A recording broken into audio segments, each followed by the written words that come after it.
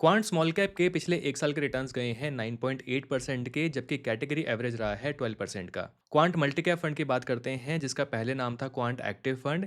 इसके पिछले एक साल के रिटर्न्स गए हैं 1.5% के, जबकि कैटेगरी एवरेज रहा है 8.5% का। वहीं अगर हम क्वांट मिड कैप फंड की बात करते हैं, तो इसके पिछले एक साल के रिटर्न्स गए हैं -1% के, जबकि कैटेगरी एवरेज रहा है पॉजिटिव में 7.2% का। क्वांट फंड हाउस के ये तीन ऐसे और मोस्ट पॉपुलर म्यूचुअल फंड्स हैं जिन्होंने अपनी इंप्रेसिव परफॉर्मेंस से पास्ट में इन्वेस्टर्स को अपनी ओर खींचा है। लेकिन अब इन्वेस्टर्स इनकी अंडर परफॉर्मेंस की वजह से अपना सर खुजाने पर यहाँ पर मजबूर हैं कि भाई क्वांट म्यूचुअल फंड्स में अपनी इन्वेस्टमेंट्स करके कोई गलती कर दी क्या। तो एग्जैक्टली क्या रीज़न है क्वांट म्यूचुअल फंड्स की अंडर परफॉर्मेंस का, और अगर आप इन फंड्स में ऑलरेडी इन्वेस्टेड हैं तो क्या आपको एग्जिट कर लेना चाहिए या इस समय आपको इन्वेस्टेड रहना चाहिए, जिससे कि फ्यूचर में आपको अच्छे रिटर्न्स मिल सकें। आइए इन सभी चीज़ों के बारे में इस कंप्लीट गाइड में डिटेल में बात करते हैं। मेरा नाम है रंजन और आप देख रहे हैं योर एवरीडे गाइड। तो रीजन नंबर 1 आता है quants own framework and market shift. Quant AMC stock selection के टाइम पे अपना एक फ्रेमवर्क फॉलो करती है, जो कि है इनका वीएलआरटी फ्रेमवर्क। इसकी फुल फॉर्म है value, liquidity, risk and timing. तो क्वांट फंड्स की जो हमें पास्ट में इतनी हाई परफॉर्मेंस देखने को मिली थी और रिसेंटली पिछले एक डेढ़ साल में जो हमें अंडर परफॉर्मेंस देखने को मिली है, इसको समझने के लिए ज़रूरी है कि आप इनके इस फ्रेमवर्क के बारे में थोड़ा सा जान लें। वैल्यूएशन यानी कि सिर्फ उन स्टॉक्स को सेलेक्ट करना जिनके वैल्यूएशन सही है कंपेयर टू करंट प्राइस, जिस प्राइस पे वो स्टॉक्स अभी ट्रेड हो रहे हैं। तो आपकी नॉलेज के लिए ये मैं आपको यहाँ पर बता देना चाहता हूँ कि किसी भी स्टॉक में बेसिकली दो चीज़ें होती हैं। एक है उसका प्राइस, जो करंट मार्केट प्राइस बताता है, यानी कि वो स्टॉक किस प्राइस पे अभी ट्रेड हो रहा है। ये मार्केट प्राइस हर सेकंड में अप एंड डाउन होता है, और करंट डिमांड क्या है, करंट सप्लाई क्या है, उस स्टॉक के अराउंड न्यूज़ क्या चल रही है, करंट सेंटिमेंट्स क्या हैं, इन सभी चीज़ों पे डिपेंड करता है। फिर आती है किसी स्टॉक की वैल्यू, जिसको इंट्रिंसिक वैल्यू बोलते हैं। ये कंपनी की long term worth, cash flow, growth, इन सब से कैलकुलेट होती है। आई होप ये आपको समझ में आया होगा। तो क्वांट का फ्रेमवर्क सही वैल्यू देखता है, ना कि सिर्फ प्राइस, जो कि सही बात है। लेकिन इसका क्या नेगेटिव इम्पैक्ट पड़ा है क्वांट की परफॉर्मेंस पे, ये आपको आगे चल के समझ में आ जाएगा। फिर आती है लिक्विडिटी। लिक्विडिटी यानी कि जो डिफरेंट एसेट क्लासेस हैं उनमें मनी का फ्लो किस तरह है। बिग इंस्टीट्यूशंस पैसा डाल रहे हैं या निकाल रहे हैं। अगर किसी सेक्टर में इनफ्लो बढ़ रहा है तो क्वांट भी वहीं इन्वेस्ट करेगा, अगर पैसा आउटफ्लो हो रहा है तो क्वांट वहां से एग्जिट कर लेगा। फिर आता है रिस्क। रिस्क यानी कि मार्केट मूड कैसा है, फियरफुल है या ग्रीडी है, उसी के अकॉर्डिंग अपनी एलोकेशंस डिफरेंट एसेट क्लासेस में रखना। फाइनली टी यानी कि टाइम। अब क्योंकि वैल्यूएशन, लिक्विडिटी और रिस्क ये डिफरेंट साइकिल्स पे चेंज होते रहते हैं, तो इसके लिए अवेयर रहना कि सही अपॉर्चुनिटी कब बन रही है। तो क्वांट के साथ जैसे कि देखने को मिल रहा है कि जिस फ्रेमवर्क की बदौलत क्वांट ने पास्ट में अपनी परफॉर्मेंस से सबको सरप्राइज किया था, बेंचमार्क को बहुत बड़े मार्जिन से बीट किया था, अब वही फ्रेमवर्क खुद क्वांट एएमसी को ही सरप्राइज कर रहा है, क्योंकि मार्केट इस फ्रेमवर्क का साथ नहीं दे रही है। बेसिकली जैसे कि देखने को मिला कि 2023 में, 2024 में मार्केट ने जो ऑलरेडी एक्सपेंसिव और हाई वैल्यूड स्टॉक्स थे उन्हें ज़्यादा रिवॉर्ड किया, उन्हीं में प्राइस मूवमेंट हमें ज़्यादा अपसाइड में देखने को मिला, ना कि अंडर वैल्यूड स्टॉक्स में जिनमें क्वांट का एलोकेशन हाई रहा है एज पर देयर फ्रेमवर्क, जिसकी वजह से बाकी म्यूचुअल फंड्स को तो फायदा दिखा, लेकिन क्वांट हाईली अंडर परफॉर्मेंस में चला गया। सेकेंड रीजन आता है high exposure in mid and small caps. Again quant mutual funds में जैसा कि देखा जा सकता है कि मिड कैप और small cap allocations higher side पे रहा है, जिसकी वजह से इन्हें पास्ट में जब स्मॉल कैप और मिड कैप ने अच्छी परफॉर्मेंस दी थी, तो इन फंड्स की परफॉर्मेंस भी बहुत अच्छी गई थी। लेकिन जैसा कि लास्ट 1 ईयर में देखा जा सकता है कि मिड और स्मॉल कैप दोनों में ही बड़े करेक्शंस देखने को मिले हैं, जिसका इम्पैक्ट सीधे क्वांट म्यूचुअल फंड्स पे पड़ा है। तो यहाँ पर दोनों ही चीज़ें हैं, स्मॉल कैप और मिड कैप में हायर एलोकेशन और करेक्शन के टाइम पे इनसे सही समय पर एग्जिट ना कर पाना। क्यों एग्जिट ना कर पाना, इसका रीज़न भी मैं आपको आगे चल के बताऊंगा, जिसकी वजह से अब क्वांट फंड्स को हार्ड टाइम देखना पड़ रहा है। थर्ड रीजन आ जाता है concentrated portfolio added more pain. इसको समझाने के लिए मैं आपको सीधे अपना स्क्रीन शेयर करके दिखा देता हूँ। तो जैसे कि आप मेरी स्क्रीन पर देख सकते हैं, मैं सिंपली यहाँ पर moneycontrol.com पे आ गया हूँ, और मैंने एक टैब में सबसे पहले यहाँ पर लिया हुआ है क्वांट स्मॉल कैप फंड। अगले टैब में मैंने लिया हुआ है Nippon India small cap fund, और तीसरे टैब में मैंने लिया है बंधन स्मॉल कैप फंड। बेसिकली जो अच्छे स्मॉल कैप फंड्स रहे हैं पास्ट में, उन्हीं को मैंने यहाँ पर लिया है। तो सबसे पहले अगर मैं क्वांट स्मॉल कैप फंड की बात करता हूँ और स्क्रॉल करके मैं आ जाता हूँ सीधे इसके पोर्टफोलियो पे, तो यहाँ पर आप देखेंगे कि नंबर ऑफ स्टॉक्स की अगर हम बात करते हैं स्मॉल कैप के अंदर, तो यहाँ पर हैं 104, 104 स्टॉक्स हैं क्वांट स्मॉल कैप फंड के पास। जबकि अगर मैं Nippon India small cap fund की बात करता हूँ और यहाँ पर इसके पोर्टफोलियो में आता हूँ, तो आप यहाँ पर देख सकते हैं कि number of stocks Nippon India small cap fund के पास हैं 242, जबकि क्वांट स्मॉल कैप फंड के पास थे सिर्फ 104। निपॉन इंडिया फंड के बाद अगर मैं देखता हूँ बंधन स्मॉल कैप फंड को और यहाँ पर हम स्क्रॉल करके आते हैं पोर्टफोलियो पे, तो आप यहाँ पर देख सकते हैं कि नंबर ऑफ स्टॉक्स हैं 251। तो नंबर ऑफ स्टॉक्स के हिसाब से देखा जाए तो quant small cap fund comparatively higher concentration रखता है कंपेयर टू अदर फंड्स जो अच्छा परफॉर्म कर रहे हैं। उसके बाद हम बात करते हैं टॉप 10 स्टॉक्स की। तो टॉप 10 होल्डिंग्स यहाँ पर पहुंच गई हैं 39.41%, राउंड ऑफ हम 40% मान लेते हैं।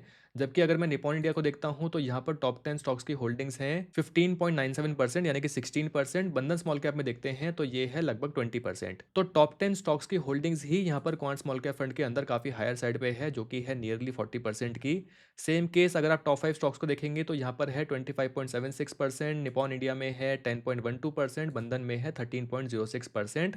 अगेन टॉप 5 स्टॉक्स की होल्डिंग्स भी यहाँ पर हायर साइड पे है। टॉप 3 सेक्टर एलोकेशन देखते हैं तो क्वांट के अंदर है 52.48%, निपॉन पे है 51.15%, बंधन पे है 45.80%। अगेन यहाँ पर भी क्वांट स्मॉल कैप फंड का जो एलोकेशन है वो हायर साइड पे है। इसके बाद अगर हम एसेट एलोकेशन की बात करते हैं तो इक्विटी में एलोकेशन है 98.27% का, जबकि अगर हम Nippon India small cap fund को देखते हैं तो यहाँ पर है 95.74% का।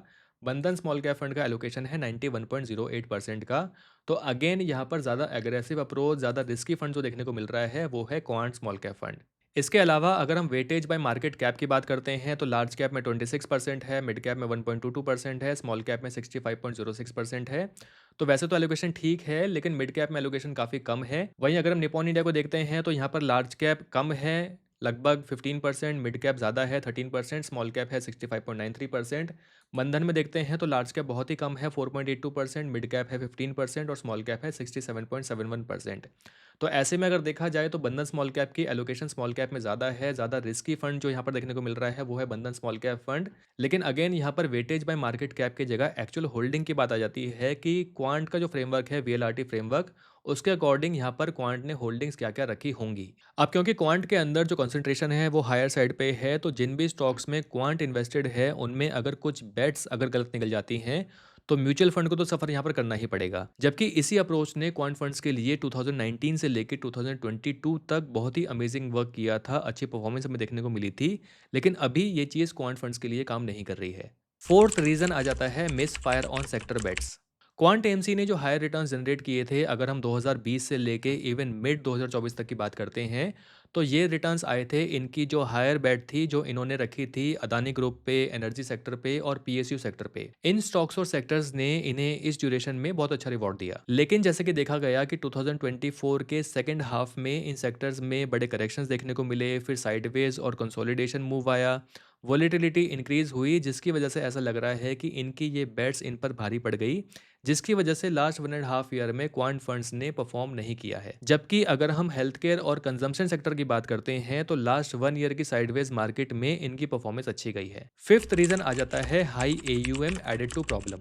अब क्योंकि इन्वेस्टर्स ने क्वांट म्यूचुअल फंड्स के सिर्फ पास रिटर्न्स को देखा, जहां देखो वहां टॉप पर क्वांट के ही फंड्स देखने को मिल रहे थे, जिसकी वजह से लोगों ने भर भर के अपना पैसा इन फंड्स में इन्वेस्ट किया, जिसकी वजह से अगेन इन फंड्स का जो एयूएम था वो बहुत तेजी से इंक्रीज हुआ। अब ये बात आप जानते ही होंगे कि जब एयूएम हाई हो जाता है तो एलोकेशंस को चेंज करना, एग्जिस्टिंग स्टॉक से एग्जिट करना फंड मैनेजर के लिए एक बहुत ही डिफिकल्ट टास्क हो जाता है। और जैसे कि देखने को मिल रहा है क्वांट फंड्स के साथ भी शायद यही हुआ। तो देखा जाए तो एक तो क्वांट फंड्स का कॉन्सेंट्रेटेड पोर्टफोलियो यानी कि नंबर ऑफ स्टॉक्स कम, दूसरा टाइम पे मिड और स्मॉल कैप स्टॉक से एग्जिट ना कर पाना क्योंकि एयूएम बहुत हाई था, लिक्विडिटी कॉस्ट ऐसे में इंक्रीज कर जाती है, जिसका सीधा नुकसान इन फंड्स को देखने को मिला। और last but not least, the SEBI front running investigation.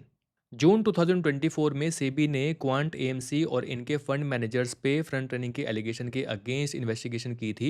वैसे ये इन्वेस्टिगेशन पहले एक्सिस म्यूचुअल फंड एएमसी पे भी लग चुकी है, आई थिंक अराउंड 2022 में ऐसा हुआ था, जिसकी वजह से एक्सिस के जो टॉप परफॉर्मिंग फंड्स हैं वो आज तक भी वापस अपने टॉप पे नहीं पहुंच पाए हैं। ऐसा क्यों? रीज़न ये रहा कि फ्रंट रनिंग के एलिगेशन की वजह से इन्वेस्टर्स ने बैकअप किया, रिडीम्पशन प्रेशर बढ़ा, इंस्टीट्यूशनल इन्वेस्टर्स ने भी पैसा विड्रॉ किया, जिसकी वजह से क्वांट एएमसी को बड़ी होल्डिंग्स को सेल करके कैश होल्डिंग्स को बढ़ाना पड़ा, जिसकी वजह से वहां पर फंड्स में भी फॉल देखने को मिला। अब आ जाते हैं इस वीडियो के फाइनल पॉइंट्स या फिर मैं कहूँ फाइनल कंक्लूजन पे।